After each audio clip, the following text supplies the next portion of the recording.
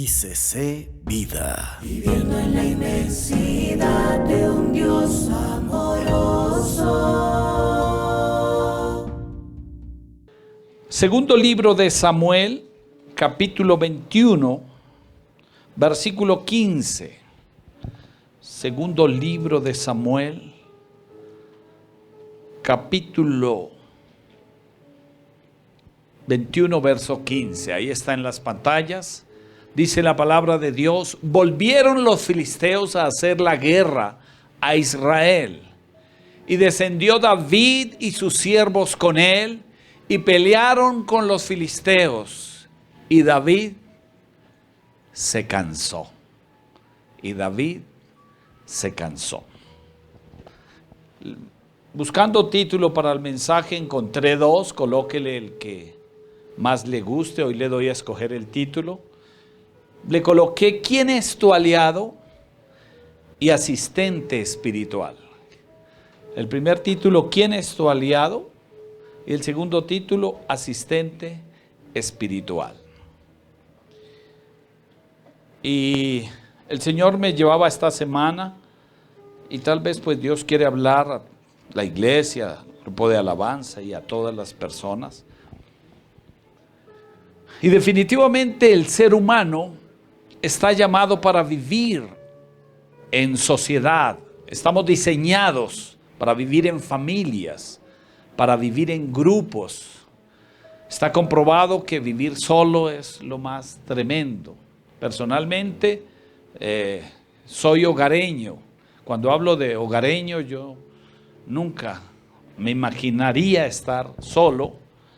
A los 15, 17 años, tenía una visión de vivir solo, comprar un perro. Les he contado, mi esposa, mis hijas saben, y a veces hacen bullying con esto, mi papá y su perro.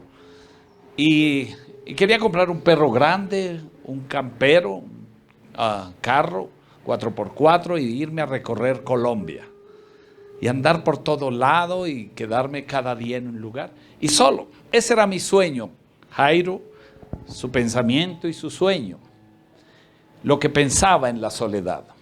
Pero a manera que pasaron los años me di cuenta que no alcancé. Supuestamente mi visión era casarme a los 30 años. Y eso si me lograban echar lazo. Pero si no, quedarme solo.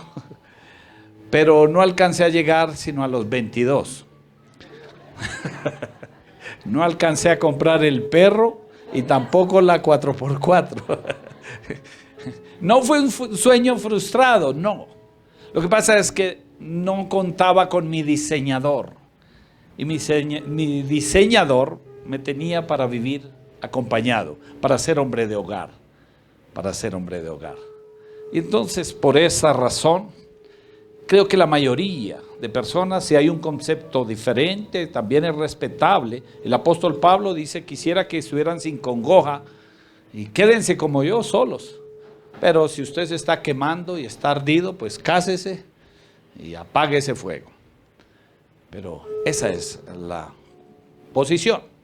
Así que como el hombre necesita personas, un aliado, un asistente espiritual, el llamado hoy es a mirar a qué personas tenemos a nuestro alrededor. ¿Quién es nuestro aliado?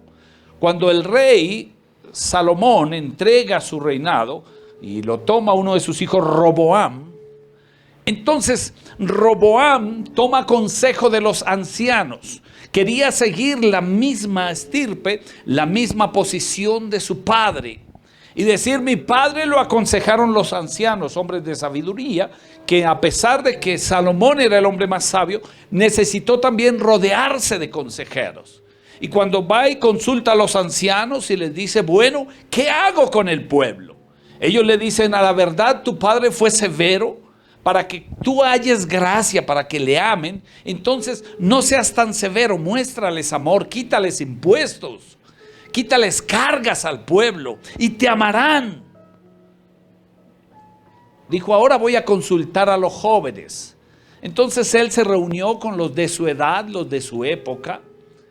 Y a veces uno se entiende más con los de su edad, hasta en el saludo. Usted va y saluda a una abuelita y: ¿cómo me le va? Y usted va y saluda a un joven. En estos días saludaba a alguien y me hizo un poco de musarañas. Por allá alguien lejos. Quite, salúdeme así, hombre. Póngase serio. Pero a veces los jóvenes son esos, buscan. Y yo me imagino que cuando llegó Roboam, lo saludaron los muchachos. ¡Uy, ahora es el rey, mi perro! Bueno, y su dialecto y toda esa cuestión que usan los muchachos. Y en su palabrería. Y él también toma consejo y le dice, venga muchachos, ahora que soy el rey, ¿ustedes qué opinan? ¿Cuál es la posición de un rey? Ellos le dicen, mira, tu padre fue severo, el cucho fue... Pero si usted quiere respeto, si su padre los castigó con escorpión, ustedes castíguelos más fuerte, póngales grilletes, grillos, que sufra el pueblo, súbale los impuestos. Y habían las dos posiciones. Y tal vez por la afinidad de edad, por ser sus amigos, por ser sus compañeros de vida. Entonces Roboam toma el consejo de los jóvenes. Y ahí es donde empieza su desgracia. Porque obviamente el pueblo volteó la espalda. No era el consejo más sabio. La pregunta con esta introducción es, ¿qué aliados tienes? ¿Cuáles son los que te rodean? ¿Cuáles son los valientes que te asisten? ¿Cuáles son las personas que están a tu lado? Definitivamente, si es un perdedor, si es alguien que piensa en el fracaso, en que no hay salvación, en que no hay un Dios, posiblemente ha afectado tu pensamiento y te tiene en esta posición. Pero si es alguien que te inspira, alguien que te da la visión, alguien que te ayuda a construir, alguien como aquellos ancianos que dice, vida, va más allá, entonces tu posición será otra. Acabamos de leer un texto, si me lo coloca por favor mi ingeniero, el capítulo 21, verso 15, perdón. Dice, y volvieron los filisteos a hacer guerra a Israel. Ese volvieron quiere decir y acentúa que ya habían estado, que ya habían guerras. Y eficazmente y efectivamente ya los filisteos habían huido, ya el pueblo de Israel había cantado varias victorias. Una de ellas fue cuando el mismo rey David había vencido a su gigante y había matado su gigante, aquel gigante de mostrar, aquel de poner frente a la batalla, aquel que causaba temor. Solamente con el gigante al frente ya un pueblo estaba amedrentado y ya estaban cobardes temblando. Y muchas batallas, pero ya el pueblo de Israel había sido victorioso. Pero esta vez volvieron los filisteos. Volvieron los filisteos. Así que a veces los cristianos tenemos un concepto errado y cantamos, y sí, Él nos dio la victoria es de Él. Pero mientras nosotros estemos en esta tierra, mientras nuestro recubrimiento no sea el de cuerpo transformado espiritual de gloria, sino sea esta carne, tendemos nuevamente a cansarnos, a desmayarnos, a caer, a pecar. Porque todavía hay debilidad, porque todavía tenemos amenazas, porque hay un enemigo que está vigente y que aunque querramos pararnos y nos han enseñado y han tergiversado la palabra, y tal vez usted ha escuchado, el enemigo está bajo sus pies, usted es victorioso, declare, usted es un guerrero, usted es un valiente, ya el enemigo no tiene autoridad. Pues déjame decirte que sí tiene autoridad. Y no estoy en contra de la palabra. Es real. Él anda como león rugiente. Él anda como león rugiente. Y a veces, el tratar de menospreciar esa autoridad, como dice Pedro, atrevidos contumaces, que no tienen temor de hablar en contra de autoridades potestades, como lo declara Efesios, principados, demonios, huestes, sino que son atrevidos. Nos paramos en la posición de que ya está, yo soy el valiente y el guerrero. Y aquí hay un David, y aquí hay un guerrero, un valiente, pero otra vez volvieron, y otra vez se asieron, se tomaron, se buscaron sus gigantes, y esta vez ya no uno, y vamos a leerlo más adelante. Y otra vez volvieron, porque el enemigo no se cansará. El enemigo no descansa hasta vernos en el suelo derribados, porque él está y su tarea es de que tú y yo no procedamos al arrepentimiento, de que tú y yo desmayemos, de que volvamos atrás. Y en algunos los ha logrado, sí. Y ha hecho su tarea, sí.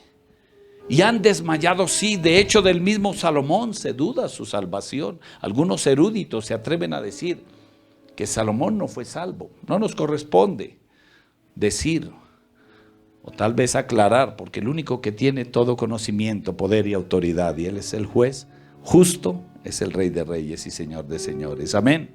Dele un buen aplauso a él.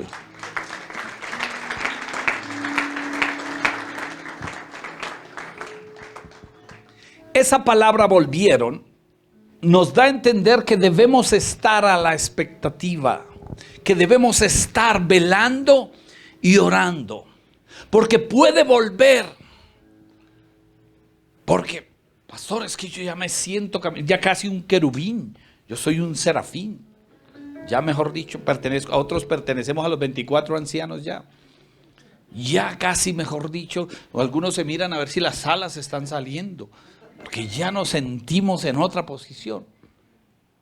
Y entonces desacatamos el estar pendiente porque los filisteos pueden volver, porque el problema puede volver, porque el enemigo es el enemigo más paciente desde los tiempos. Siempre estará al acecho y esperará.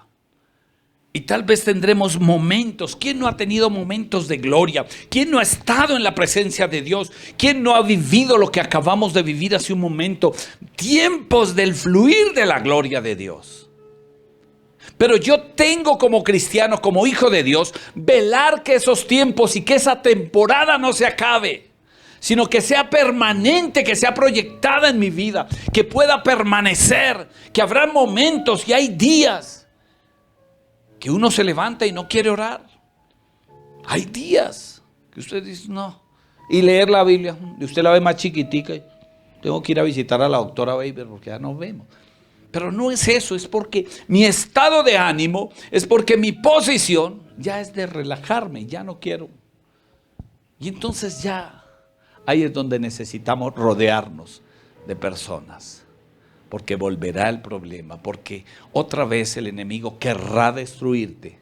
Porque una vez más, cuando Job, el Señor le pregunta a Satanás, ¿de dónde vienes? Dice, y se presentaron en el capítulo 2, verso 1. Dice, y se presentaron los hijos de Dios, entre los cuales vino Satanás. Y Jehová le pregunta a Satanás, ¿de dónde vienes? Y él le dice, de recorrer la tierra o el mundo y merodear por ella. ¿Y qué hacía merodeando la tierra? El diablo de vacaciones. No. Él no es omnipresente. Él no tiene. Así que no se preocupe que no está en todo. De pronto aquí hay unos demonios, pero no está aquí. Y no nos creamos a veces tan importantes que el diablo nos anda siguiendo a todos. No, ese tiene para manejar todo el mundo, así que yo creo que le apunta más a las cabezas. Entre más grande se asigna la tarea. Pero a veces solo nos siguen los demonios. Entonces él le dice de merodear la tierra. Él tiene su organización, su jerarquía del infierno. Y solamente sabe cuál es la debilidad. Dice, vaya que Chencho le da mucho sueño. Espíritu de sueño. Duérmalo allá en el mensaje del pastor. Y entonces usted viene aquí diciendo, yo no sé por qué a mí me da tanto sueño cuando el pastor predica y me echan la culpa a mí. Dijo el otro, si el que lo durmió que lo despierte, porque...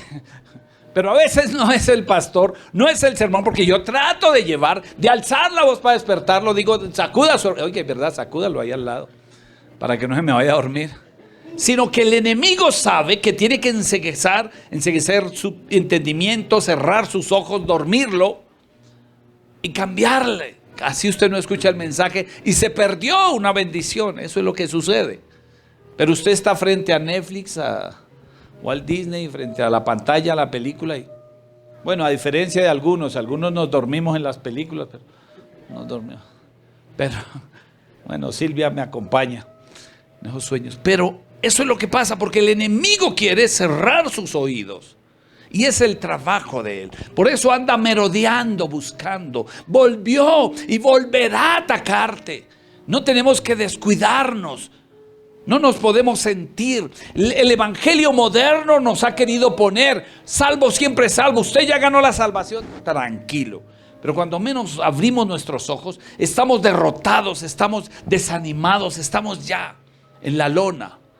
Porque descuidamos, porque el enemigo está ahí. Volvieron los filisteos. Primera de Pedro 5:8, por favor. Primera carta de Pedro, epístola de Pedro, capítulo 5, versículo 8. Dice: sed sobrios y velad, porque vuestro adversario el diablo anda, o como león rugiente, anda alrededor buscando a quién devorar. ¿Para qué se desgasta el enemigo? Cuando usted está en un nivel espiritual, cuando usted está en el mejor momento de búsqueda, pues él no se va a acercar a fastidiarlo, pero va buscando y bueno, este está orando ahorita, dejémoslo a ver quién está descuidado, y va y ataca al que esté por ahí distraído. Pero volverá. Este ya se cansó de orar, ahora es mi turno. Por eso en las iglesias hay que tener cuidado, y aquí tuvimos una experiencia con grupos de intercesión, porque los grupos de intercesión, yo no digo que no hay que orar y hay que buscar la presencia de Dios, pero son la primera mira del enemigo. ¿Por qué? Porque se ha tergiversado. Entonces el grupo de intercesión se desvía provocando al enemigo. Y entonces se cree que aplastamos al enemigo.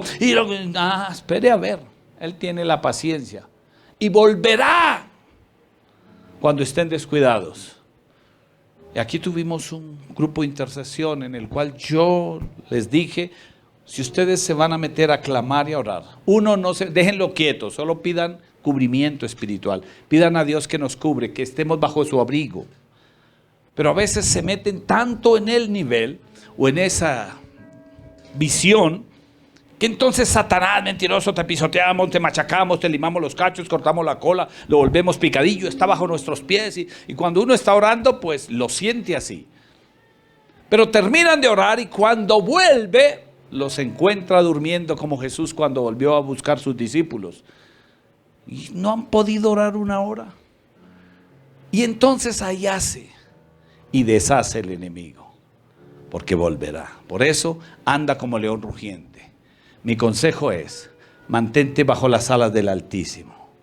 Cada mañana vaya: Señor, cúbreme con tu amor, cúbreme con tu gloria. Señor, manténme, Dios, guardado. Guarda a mis hijos y esa sería una oración intercesora. Señor, guárdame, escóndeme bajo tus alas. Señor, cúbreme con tu gloria. Salgo en tu nombre, Señor. Envía, Señor, a mí, que sea guardado. Y ese sería lo mejor. En Génesis capítulo 4, versículo 7. Génesis capítulo 4, verso 7. Dice: el Señor le dice a Caín: si bien hicieres, no serás enaltecido, y si no hicieres bien, el pecado está a la puerta. Con todo esto, a ti será su deseo. Esa es la otra de los enemigos que tenemos al acecho.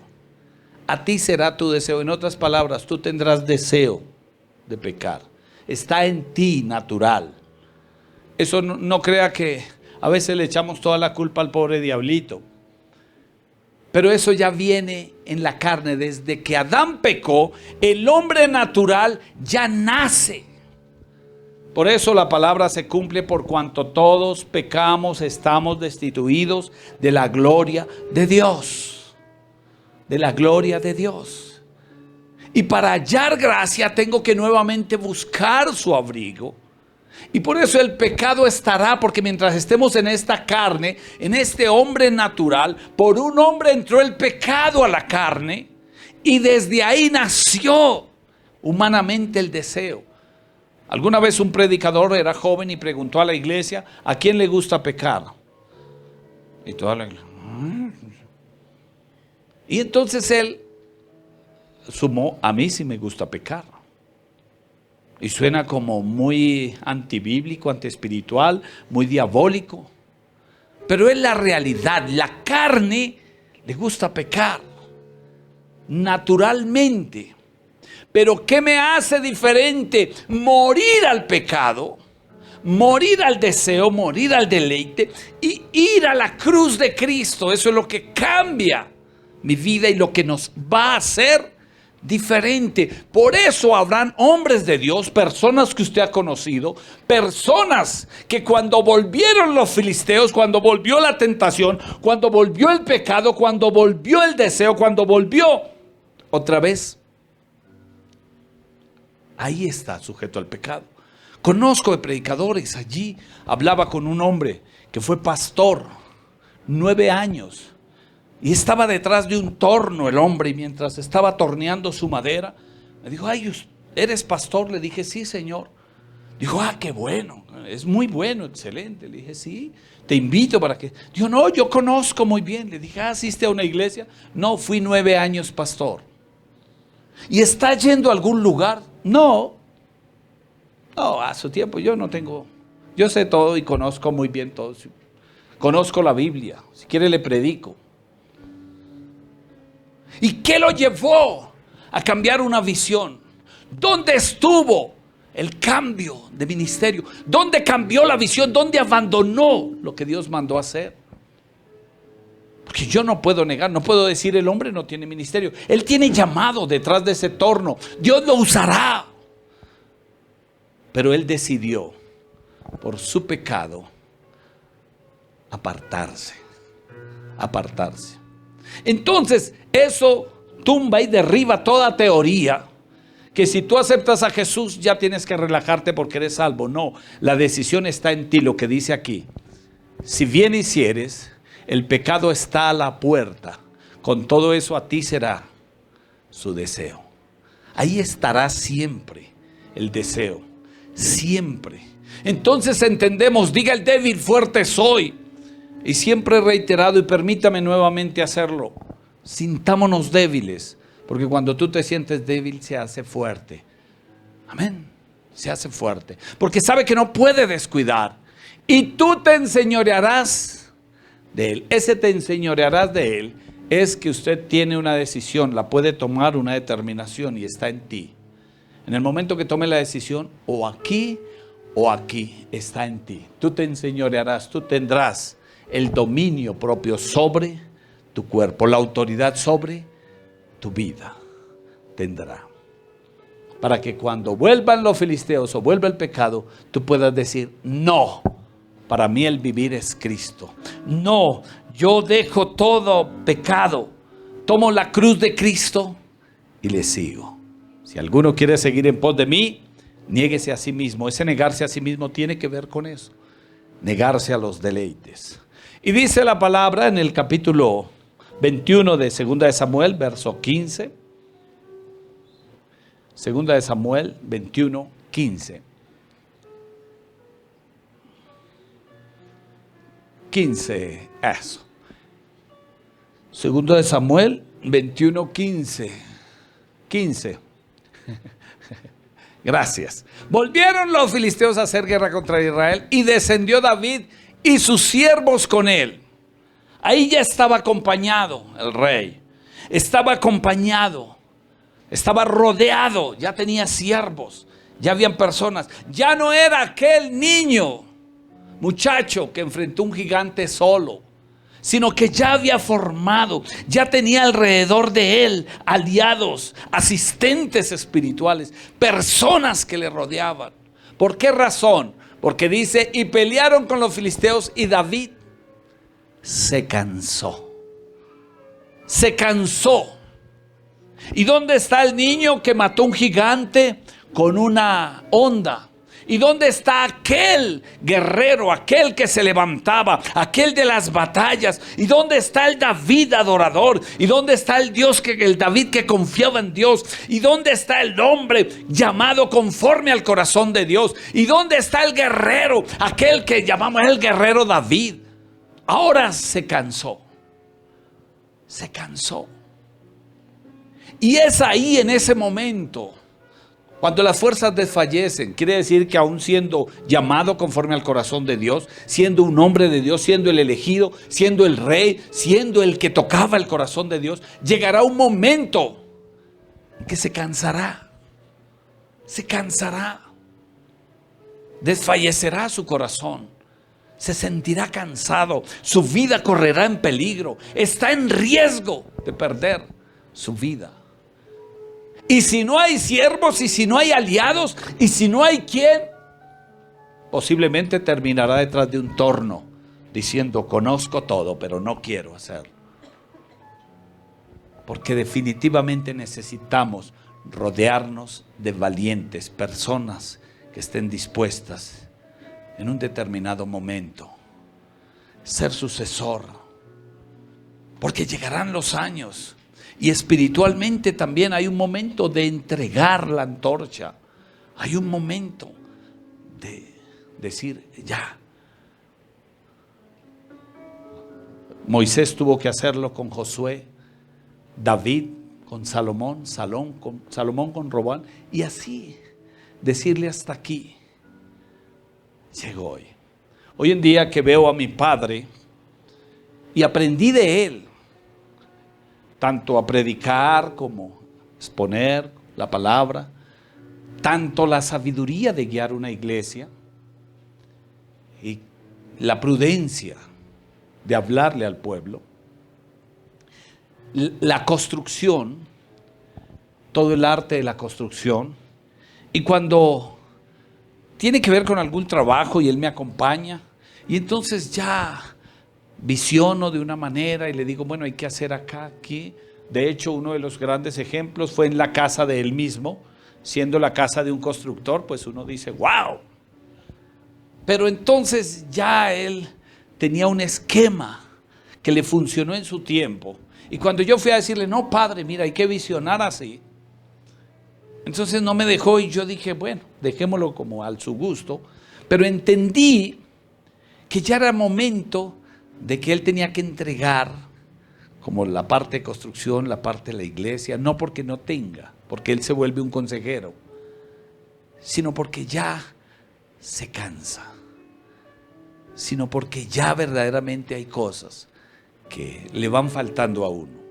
Y entonces yo me di cuenta de que definitivamente llega el momento en que o la visión se pierde o escasea, o viene el cansancio, y se pierden muchas cosas. Y aquel hombre que me enseñó, y aquel hombre que me guió en todas las áreas, entonces yo lo veo menguado. Y yo lo veo que se ha apocado su espíritu. Pero ahí tiene sus valientes al lado. Entonces puedo decirle: no, papá, mira, es así las cosas. Papá, mira. Y el que me enseñó ahora pasa a ser casi que un discípulo, solo que con sabiduría para aconsejar, para guiar en determinados puntos de la vida. Y aquí hay un David que necesitaba ahora, aquel que defendió a su gente, aquel que preparó en la cueva de Adulam, los mismos que acompañó en la cueva de Adulam. Recuerde que la palabra dice que estaban endeudados, estaban deprimidos, estaban acongojados, estaban enojados, ese era el ejército que él preparó. Pero aquel que llegó como líder y les dijo: mira, ahora vamos a hacer esto, ustedes tienen que levantarse. Versículo 16 del capítulo 15, del capítulo 21, dice: Eisbibenot, uno de los descendientes de los gigantes. ¿Volvieron los filisteos con qué? Con gigantes. Ahora vienen con otros gigantes. Dice: uno de los descendientes de los gigantes, cuya lanza pesaba 300 siclos de bronce, y quien estaba ceñido con una espada. Escuche, quiero resaltar esto. Cuando vuelve el enemigo, vuelve con estrategias nuevas, volverá con armas nuevas. volverá a atacarte de otro punto. Volverá con nuevas estrategias. No usará lo mismo. Ahora hay una espada nueva. Hay un gigante nuevo. Ahora está estrenando gigantes. Yo me imagino que los filisteos, ya David está con sus años. Mandémosle estos giganticos a ver si vuelve a usar su onda. A ver si nos lo vuelve a matar. A ver qué va a hacer. Y si hubiese estado David solo, mira lo que pasa. Dice, y con una espada nueva, y trató de matar a David. Pero esta vez David estaba cansado. Esta vez ya no usó la onda. Esta vez no habían 5 piedras. Esta vez no fue como la primera. No salió librado por su onda. Esta vez no se paró al gigante con la misma vehemencia y autoridad a decir: tú vienes a mí con lanza y caballería. Yo vengo en el nombre de Jehová. Porque estaba cansado. Estaba cansado. Pero lo que no sabía el gigante, lo que no sabía el enemigo, lo que no descubrieron los filisteos, es que aunque lo vieron ya menguado, aunque dijeron: ahora sí David es nuestro, ahora en esta nueva guerra cambió los términos, ahora las condiciones son nuestras, ahora el viejo está cansado, ahora lo vemos con su espada. Yo me imagino a un lado tomando aire y este gigante viene. Pero lo que no conocían, versículo 17. Mas Abisaí, hijo de Sarbia, llegó en su ayuda. No sabían que ya había un Abisaí, que ya había formado, que se había rodeado de gente, que estaba rodeado. Porque es que en algún momento no somos eternos, humanamente nos cansamos, la vida llega a un término. Y yo tengo que confesarles algo. A los 30 años, cumplidos exactos, me di cuenta que había menguado mi tenacidad. Y de joven hacía locuras. Trabajé en andamios de 12 secciones. Caminaba por esas tablas. Y para la altura me sentía suficiente. Y nadie me admiraba. Mi padre todavía cuenta la historia. Estos muchachos eran muy locos en la altura. Y para ese tiempo no se exigía ni arnés, ni cursos de alturas, ni nada de eso. Y entonces íbamos con mi esposa, estábamos con la familia, y había en una piscina de olímpica, trampolín, gracias, trampolines, y entonces me quedé mirando, y a mis 30 me sentía como Caleb a sus 15, dije: vamos a apostar el almuerzo aquí. No, pero algo más poquito, le dije a otro pastor. No, es que eso es el almuerzo. Al último piso. Claro, eso era, qué sé yo, no 50 metros, 70 metros. Y yo mirando desde abajo dije: aquí está, con gigantes a mí. Lo hablo en el ámbito natural. Y entonces subió el pastor, le dije: vaya a ver usted. Claro, más joven. Subió, empezamos por escalas, el primero, el segundo, el tercero, el cuarto. Y cuando me tiré en el cuarto, me tiré con las piernas abiertas. Mala cosa, nunca se tiré con las piernas abiertas. Mala decisión, duré como media hora debajo de la piscina, pero quejándome, ya se imaginarán. y me cogió un temor y un pavor. Eran 6 posiciones, me faltaban 2. Y no llegué más. Amor no lo podía creer. Amor, yo no puedo, no. Yo gasto el almuerzo. Yo bajé hablando así. Yo gasto el almuerzo, mano. Yo gasto el almuerzo, pero no me tiró. Efectivamente el pastor sí se tiró desde arriba. Y sentí, no le dije a nadie, mi esposa, solo le comenté. Le dije: amor, estoy ya más viejito. Sentí los 30. Y efectivamente llegaron los 40. Y cada piso, voy menguando, se cansa. Espiritualmente, tú has tenido luchas, batallas, has librado. Ya tus hombros están. Y ya llega el momento en que ya hay cosas. El último campamento que hice con los muchachos, ya no fui el mismo en el anterior. Y aunque pasé esas pruebas, ya yo miré, ya no podía, porque yo como miraba. Mas sin embargo mis jóvenes me miraban con autoridad y decían: pastor, usted lo ha hecho.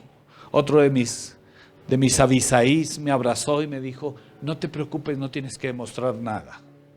Si llegaste aquí con autoridad es porque te lo mereces. Porque hay momentos en que ya vas, pero lo que tenemos es que aceptar de que llegada el momento se cansan nuestras fuerzas, pero se levantan Abisaís, se levantan Abisaís, se levantan Abisaís. Si no te rodeas de una Abisaí, el enemigo puede matar el gigante, otra vez está allí. Es real. Y viene el round 2. Y viene la segunda parte. Y ahí es donde necesitamos Abisaís. Aquí estaba David. Y no solo David, yo puedo mostrarte, Moisés se cansó en Éxodo 7:12, dice que la batalla estaba con Amalek y Moisés alzó sus manos, su vara, ya había caminado un desierto, ya había pasado un mar rojo, ya había conquistado, pero ya tenía los años, se cansó. Y me da a entender que no solo se cansó de sus manos arriba, sino de su cuerpo de pie, porque le pusieron una piedra y se sentó el viejito, y le pusieron 2 para que le tuvieran sus manos, sus brazos. Así que se cansó también. Elías se cansó en Primera de Reyes 19:14. Él luchó, mató 750 profetas, 400 de Baal, los degolló él mismo. Dice que tomó y degolló a todos los profetas. Aquí se alaba Jehová. Y tomó 350 de Acera y también los degolló. Pero llegó una mujer y dijo: ¿cómo se degolla una mujer? Tal vez por los gritos, tal vez por... se paró y tal vez por respeto. Salió y huyó. Y llegó a la cueva. Y el Señor le dice: ¿y Elías qué haces aquí? ¿Dónde estás? Y él dijo: Señor, tuve un vivo celo. He quedado solo. Me cansé. Quiero morirme. Ahí dice en el libro de Primera de Reyes 19:4, primer libro de Reyes 19:4, acompáñenme para que usted verifique la historia. Y él dice: quiero morirme, ya estoy cansado. Mis brazos se bajaron. Y él se fue por el desierto un día de camino y vino y se sentó debajo de un enebro y deseando morirse dijo: basta ya, oh Jehová, quítame la vida, pues no soy yo mejor que mis padres. Es una de las cosas interrogantes grandes de la Biblia. La Biblia no describe los padres de Elías. Solamente allí dice: no soy mejor que mis padres. Parece ser que venía de una ascendencia no muy de renombre ni de reconocimiento. Pero se compara con los padres. No soy mejor que mis padres. Estoy igual. Me cansé, Señor, quítame la vida, no quiero. Y algún momento llega uno en decir: Señor, no más. Me cansé. Me cansé. Y no es pecado. Me cansé mis brazos. Pero si estás solo, si no hay una Abisaí al lado para matar tu gigante, perderás, te derrumbarás. Se acabó todo. ¿Dónde está la inversión de tu vida? Rodéate de gigantes, de valientes. Valientes que luchen por ti. Y entonces, ¿qué hace el Señor?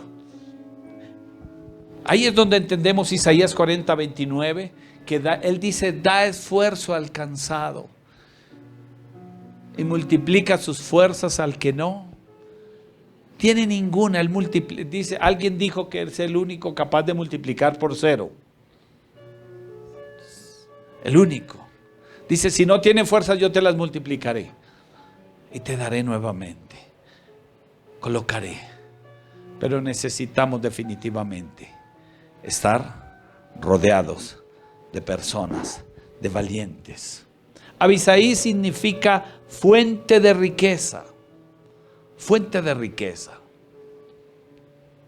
Y es un hombre que la Biblia no describe a qué momento se acerca David, pero posiblemente los mejores hombres de David fueron de la cueva. Cuando llegó huyendo y David lo lleva a Dios allí, huyendo de su enemigo, y encuentra: su merced, ¿por qué está aquí en la cueva? No, que es que yo estoy endeudado. Y su merced desanimado. Y su merced amargado. No, ¿dónde me metí? Pero como David tenía fuerzas, David estaba en su juventud, había vitalidad en David. ¿Qué hizo con esos hombres? Los tuvo allí un tiempo en la cueva, los discipuló, los formó, levantó, hizo de ellos valientes. Hizo gente de guerra, gente que era leal, que estaba allí. Primer libro de Crónicas 18, 12 y 13. Mire, es tan grande. Llegó el momento en que David ya no ganaba batallas, pero sus valientes sí. Mas sin embargo, la Biblia se la reconoce, o el Dios del cielo se la reconoce a David. Y nunca sus valientes dijeron: ay, pero yo fui el que la gané, y mire, se la dieron a este. No. Dice, y él se fue. La cita es Primera de Crónicas, capítulo 18, versos 12 y 13. Primer libro de Crónicas, 18, 12 y 13. Dice: además de esto, Abisaí, el valiente de David, aquel que estamos hablando, hijo de Sarbia, destrozó en el valle de la Sal, ¿a cuántos? 18,000. Este es mucho, loco. Obviamente tenía hombres a su disposición, pero de 18,000 edomitas, pudo haberse levantado, hubiese sido su momento, hubiese llegado al pueblo de Israel diciendo: Abisaí destrozó a 18,000. Y todos: wow, Abisaí. Pero nunca se atribuyó esa batalla. Mas sin embargo, la Biblia la resalta, porque era importante reconocer que David era un valiente, que Abisaí era un valiente de David, y que como valiente de David, las batallas son para mí, Señor. Las victorias son para mí, Señor, mi rey, mi rey. Versículo 13. Y puso guarnición en Edom, y todos los edomitas fueron siervos. No solamente los acabó, sino los cogió de siervos y se los puso a David. Porque Jehová daba el triunfo a donde quiera que iba. Hermano, cuando hay valientes, lucharán por ti. Abisaí no dijo: venga, ¿a mí qué? Yo estoy trabajando. Él dijo: ese es mi Señor, y si en algo le he de ser leal, es a Él. Él en la cueva fue el que me vio, fue el que me restauró, me levantó. Trabajaré, llegará mi momento, llegará mi temporada, llevará mi tiempo. Pero Él fue quien me formó, Él fue quien me enseñó, Él fue quien me liberó, Él fue quien me cambió el pensamiento, la visión, me hizo un valiente, me enseñó la guerra, me enseñó la batalla. Ahora estoy ahí. Ahí estaba Abisaí, un valiente. Ahora, cuando se es valiente, cuando se es formado, cuando se rodea uno de personas, tiene que buscar que sean personas leales. La lealtad. Y la lealtad tiene que ver con luchar no en pro de mi beneficio, sino en donde Dios me colocó, donde el Señor me colocó. En la Escuela de Liderazgo recomiendo un libro. Si usted no lo ha leído, léalo, es fascinante. Se llama Perfil de 3 monarcas. Perfil de 3 monarcas. Ahí entenderemos, porque ese es fácil. David veía todos los errores de su rey Saúl. Dios lo llevó al palacio. Pero no solamente le vio los errores, le aprendió a gobernar. Por eso lo tuvo allí, 25 años con Saúl.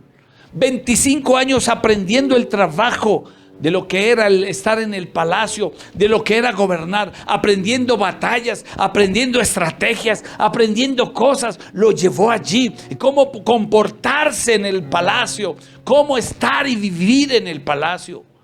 Por eso a David le fue más fácil, hay que reconocerlo.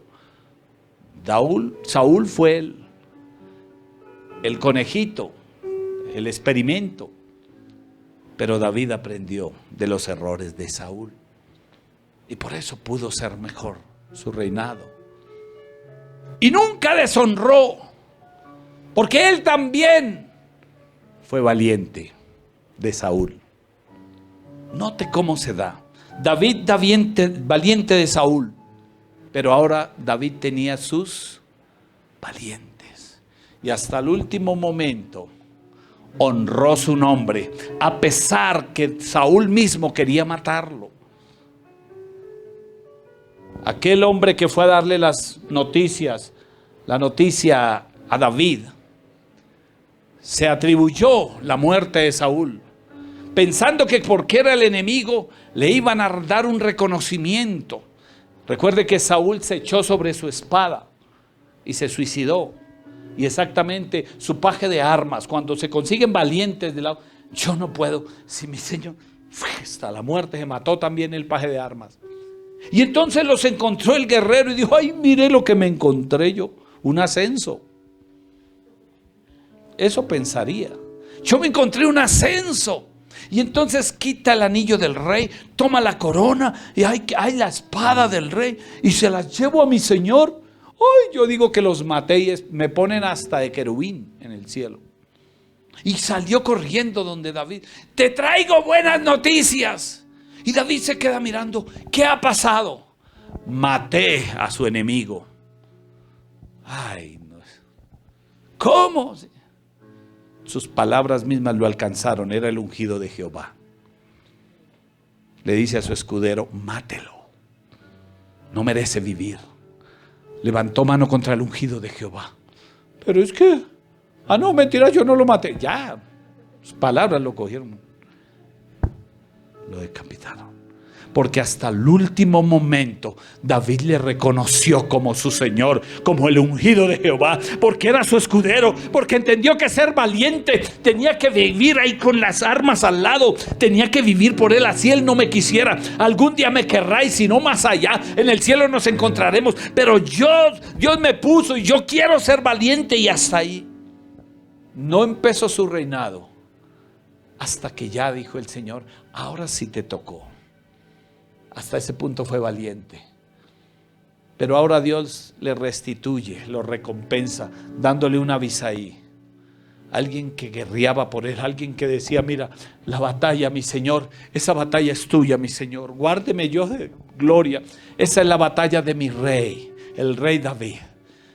Esa es tu victoria. Por eso dice, Jehová daba el triunfo a David a donde quiera que iba. Se le reconocía a David. Aunque verdaderamente el triunfo era de Abisaí. Y en ese momento, seguimos leyendo, que estaban allí, que casi pierde la vida David.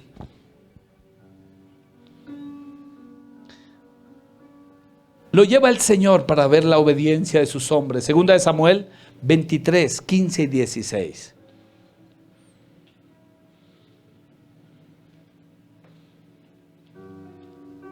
Segunda de Samuel 23, 15. Y estaban a la puerta de Jerusalén, la batalla arreciaba. Y David dijo con vehemencia, estaba ahí cansado. ¿Qué dijo? ¿Quién me diera a beber el agua del pozo de Belén que está junto a la puerta? Venga, mi Señor, ¿por qué no le traemos del pozo allí de Jericó, el pozo de Jacob? Allí le encuentro un arroyo, el arroyo de Siquem, está más cerquita por allí este otro. ¿Por qué tiene que pedir donde están los benditos filisteos? ¿Por qué tiene que pedir donde están sitiados, donde está rodeado el pozo? No se le antojó sino por el pozo de Belén. ¿Por qué? Pero ellos no dijeron nada. Un valiente es leal, no pregunta por qué. ¿Y para qué? ¿Y por qué? ¿Y por qué tengo que llegar a las 7? ¿Y por qué tengo que, pastor, y por qué tengo que hacer esto? pastor, ¿y por qué no? Una Abisaí cuando escuchó, eso era una orden, yo me imagino, Abisaí peleando, mi señor, y dándole, acabando con gente.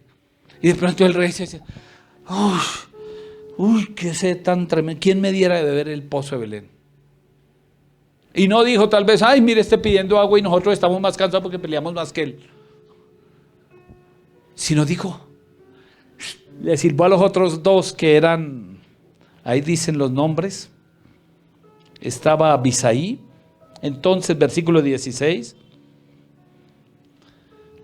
estaba Abisaí, estaba este señor, otro valiente, 18, gracias mi amor, no me grite mi vida. Abisaí y Benaía, uy, estaban todos los duros, Benaía y estaba, bueno, no alcancé a leer el otro, Abisaí y Benaía. Y el versículo, leamos el versículo 16.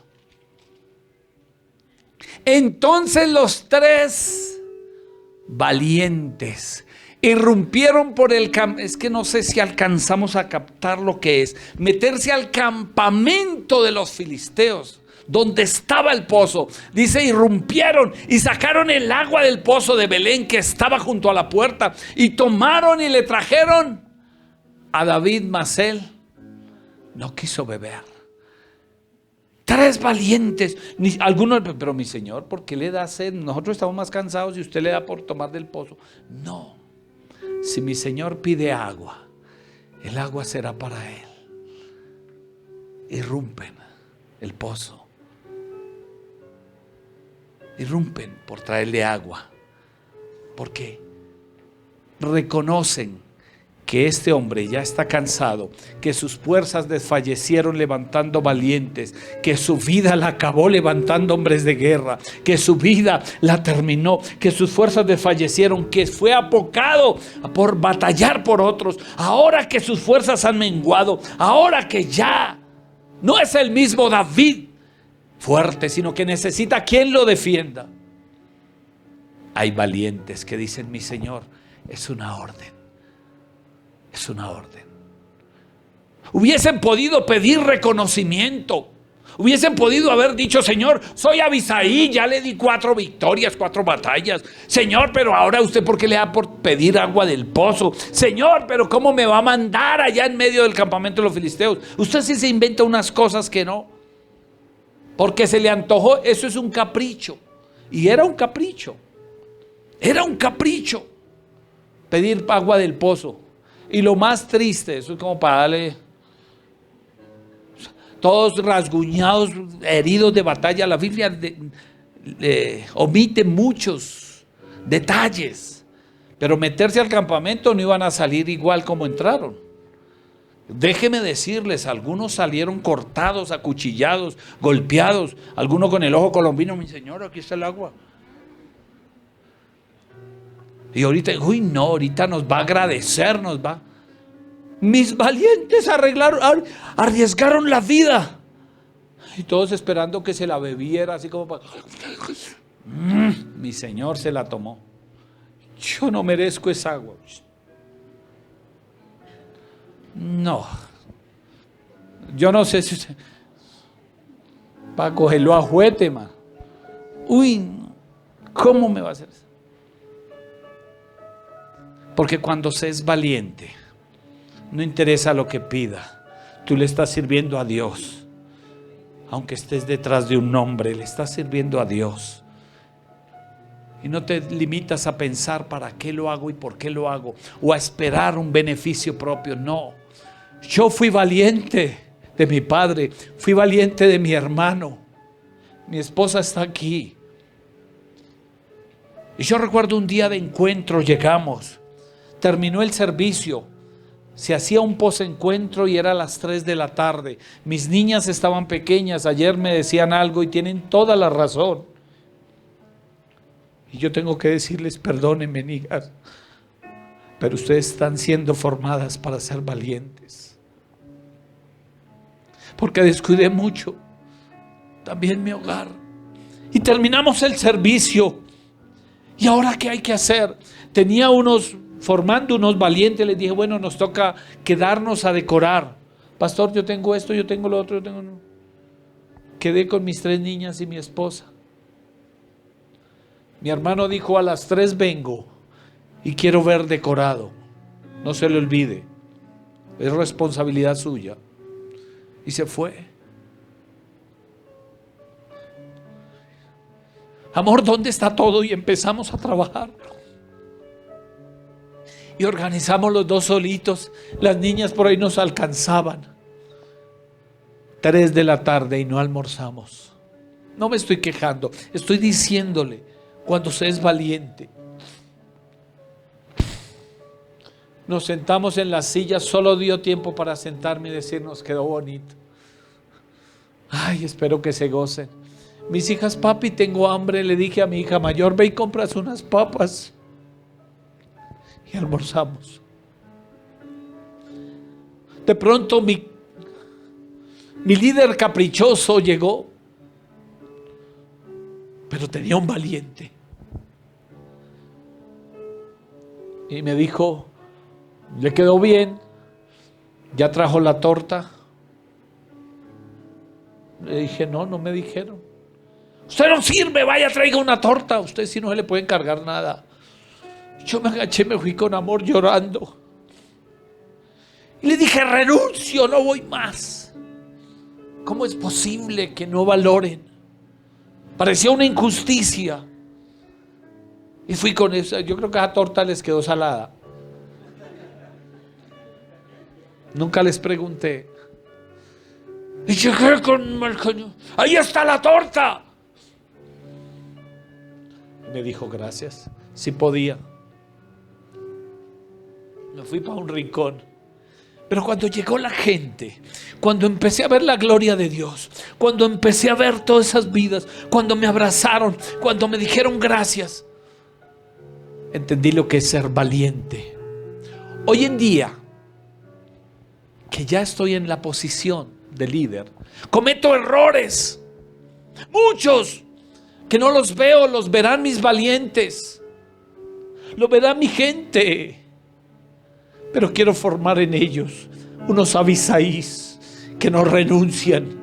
Quiero formar en ellos personas que aunque el rey le dé por botar el agua al piso y no dársela ni a ellos que sufrieron, lo vean con ojos de decirle, estoy sirviendo a Dios. Un día me colocará en el lugar. Un día seré quien está allí. Un día seré formado. Un día pero seré un valiente.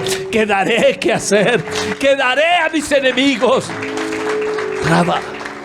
Porque no renunciaré.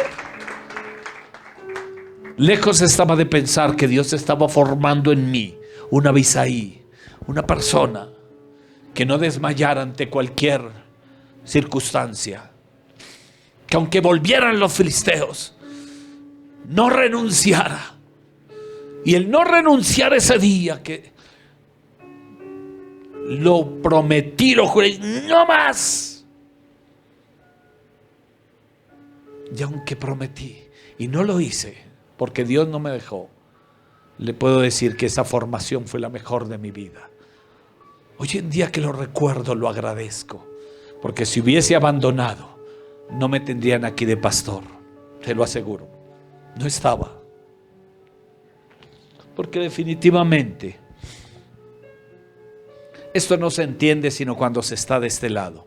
Ayer mi hija decía unas palabras maravillosas que me movieron. Tú lo comprendes. El Señor Jesús le dijo a uno de sus discípulos, no lo comprenden ahora, mas lo comprenderán después. Y ayer mi hija me decía, ustedes no comprenderán hasta que se está aquí.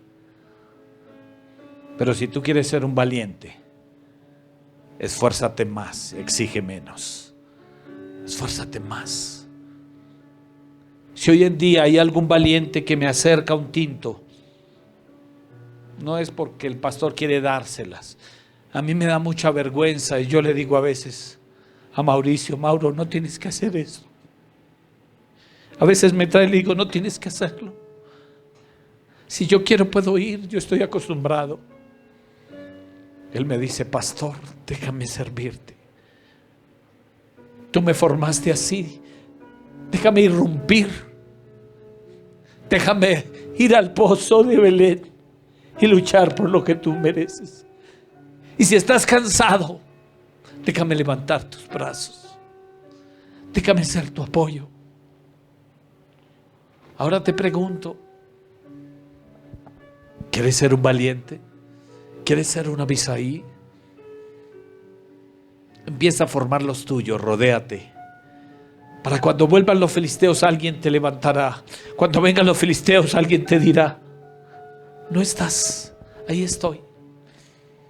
Para que cuando tenga que irrumpir el pozo de Belén, alguien lo haga por ti. Para que otros peleen, pero son batallas de otros que te dan la gloria. Cuando se habla de la iglesia Vida, se habla del pastor Jairo. Pero muchos desconocen que detrás hay unos valientes que están dando su vida y están luchando. No te preocupes si nadie reconoce. Hay un Dios que conoce. Hay un Dios que no vuelve atrás vacío y que no dejará al olvido lo que haces. Hay un Dios que luchará y peleará por ti, enviará a otras personas. Mi padre fue valiente de Marco Díaz. Marco Díaz fue valiente de Patricio Siemens. Mi hermano fue valiente de mi padre. Yo fui valiente de mi hermano.